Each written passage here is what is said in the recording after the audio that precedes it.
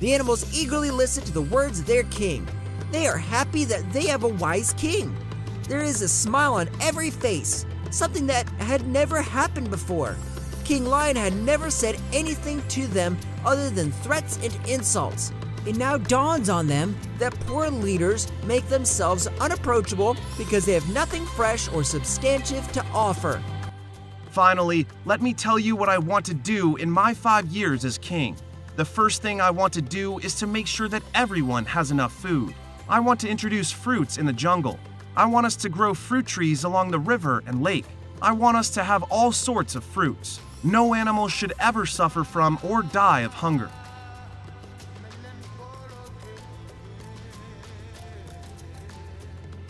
What is on your mind, Mr. Beetle? I think that is a lovely idea. In addition to fruits, I think that we can also eat delicious dung balls. No way! This is not something we can do! Nobody asked you to talk. Everyone has the right to speak their mind. We may not always agree with the opinions of others, but we must respectfully listen to them because as members of the jungle, nobody has all the ideas.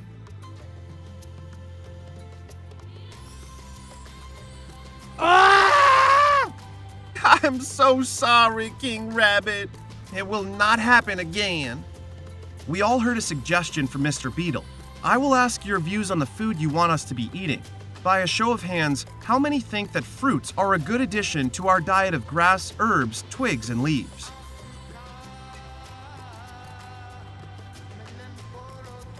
Now, how many think that dung balls might make a good meal?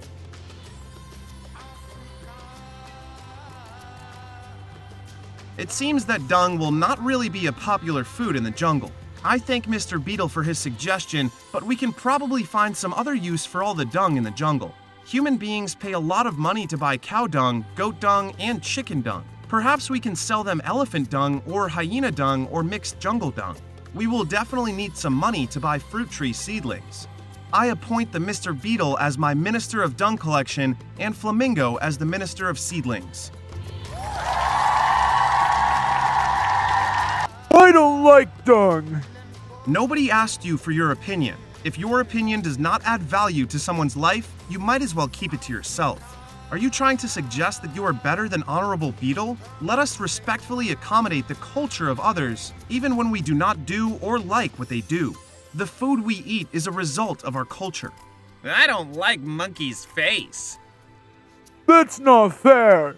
I think Parrot has a point. He is trying to illustrate to you the pain we inflict on others when we use our words to hurt their feelings. The pain you're feeling now is the same pain that Honorable Beetle feels when you tell him that you don't like dung. Dung is an integral part of Honorable Beetle's life. Can I say something? By all means, go ahead. Let us please avoid saying things that will cause pain to others. King Lion once called me a fat animal, and I have never forgotten. It still hurts me to this day. If we must crack jokes, let us crack jokes that will crack our ribs without necessarily denting anyone's self-esteem. Thank you very much for that joke. There is a big lesson in your humor. I couldn't agree more. No matter how big or strong you are, use your words carefully to build rather than destroy others. Now, let me continue with my speech. What do you have to say, Mr. Ostrich? Nothing of any significant importance except to point out that simpletons discuss personalities, and all their jokes revolve around besmirching others. Now what is Ostrich trying to say? Whenever he speaks, we don't know when to laugh or when to be incensed. I think you mean incensed. Moving forward, we might need an interpreter to interpret Ostrich's words and perhaps his jokes too. What Ostrich is saying, and I strongly agree with him, is that simple minds must discuss and joke about personalities, while great minds discuss and joke about ideas. I think we need some training on how to crack better jokes. And how to say incensed instead of intensed. That is on a light note. This is the first time I have understood Ostrich's joke.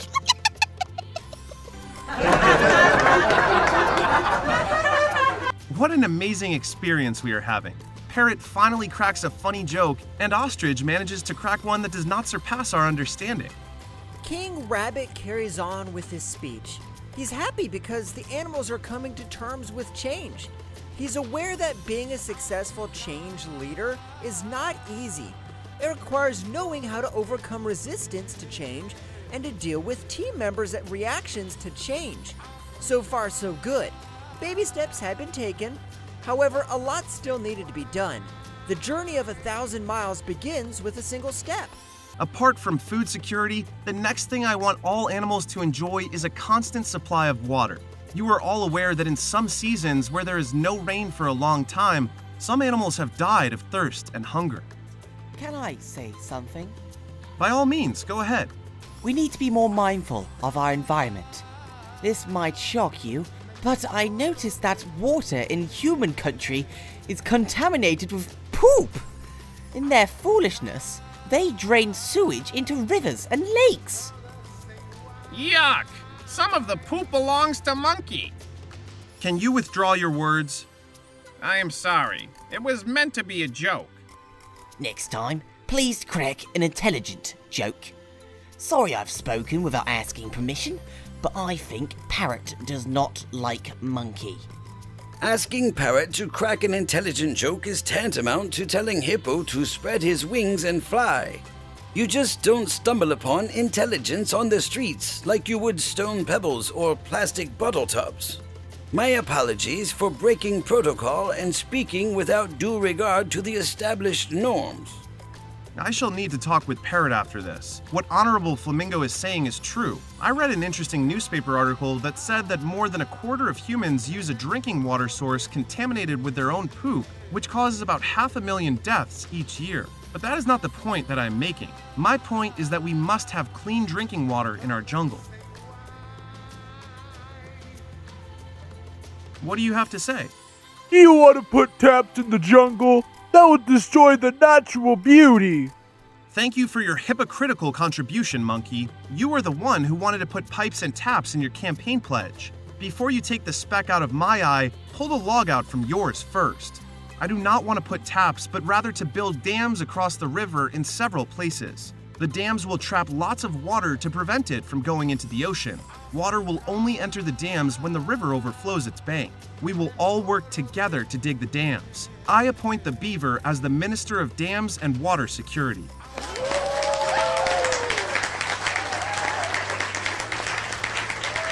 My third project will be the construction of underground houses for the animals who want some shelter from the rain.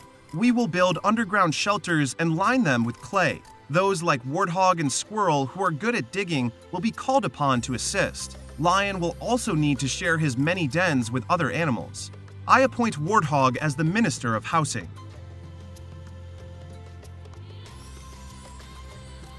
Why are you not clapping for Honorable Warthog? Warthog is not very good looking.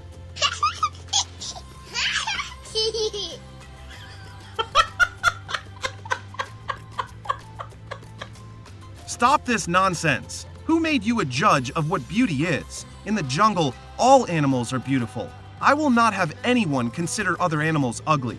Each animal is special in their own way. Warthog is indeed beautiful in a very special way. Life is not a beauty contest. You think Warthog would look beautiful with a face and feathers like those of Peacock? Do you? In human country, I see this stupidity all the time. They even change their body and skin color to look beautiful. Do you know how much the market for plastic surgery is worth in human country? $10 million!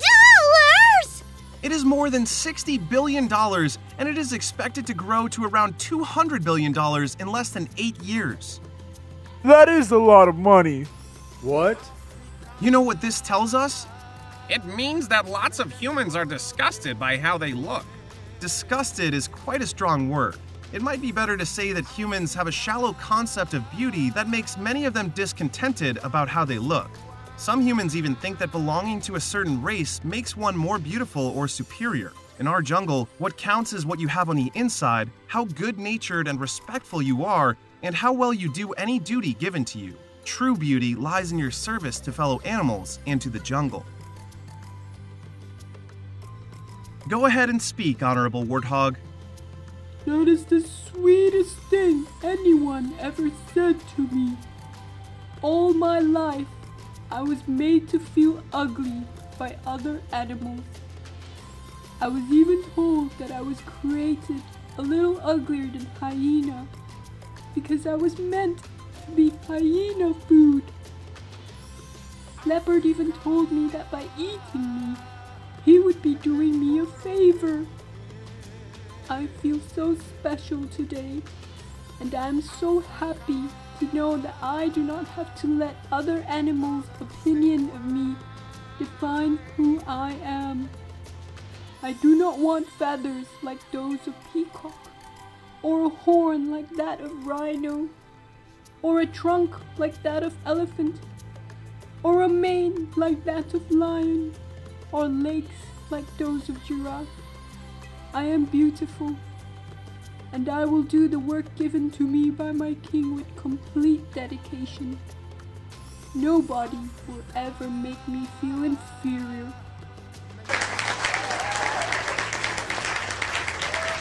I am very sorry for looking down on you, my brother. From today onwards, you shall be my best friend. I am ashamed of what I did in the past. Now I know that each one is special and worthy of being treated with dignity and respect. Go ahead and speak, Teacher Elephant. Today we have witnessed the greatest event in our living history in this jungle. As a teacher, I will teach this great lessons and examples to all our young ones. It is now clear that the greatness of a king is measured not by how much they bring fear, but by how much they bring hope, set the captives free and lift up those who are looked down upon by others. From now on, Warthog is free, the insect is free, and the fish is free. I dare even say that Leopard is free from his bad habits, because every animal is a slave to their bad habits. Do you all agree with me? Yes! Only Lion is bound to his past because he has chosen to view the pursuit of self-interest as being of greater importance than the love for the jungle. What Lion lacks is patriotism. A wise man once said that the nation is bigger than the individual. Unfortunately, Lion thought that he was bigger than our jungle. We can hear him groaning across the river, but he is harvesting what he has been planting over the years. We now see how useless he was as a leader because he never provided guidance or worked for the greater good of the jungle. I am so glad because we are moving in the right direction under the wise leadership of King Rabbit. Yes! Thank you so much, Teacher Elephant, for the compliment and your faith in me, and also for your words of wisdom. We are a great team, and together we will make much progress. I have never been a king before. I do not claim to have all the ideas or all the answers, but I intend to form a great team to help me realize the great vision that I have for our jungle. I have my doubts and fears, but I also have hopes and dreams and desires that propel me forward. By God's grace, my hopes, dreams, and desires will triumph over my doubts and fears. I hope that the same can be said of each and every one of you.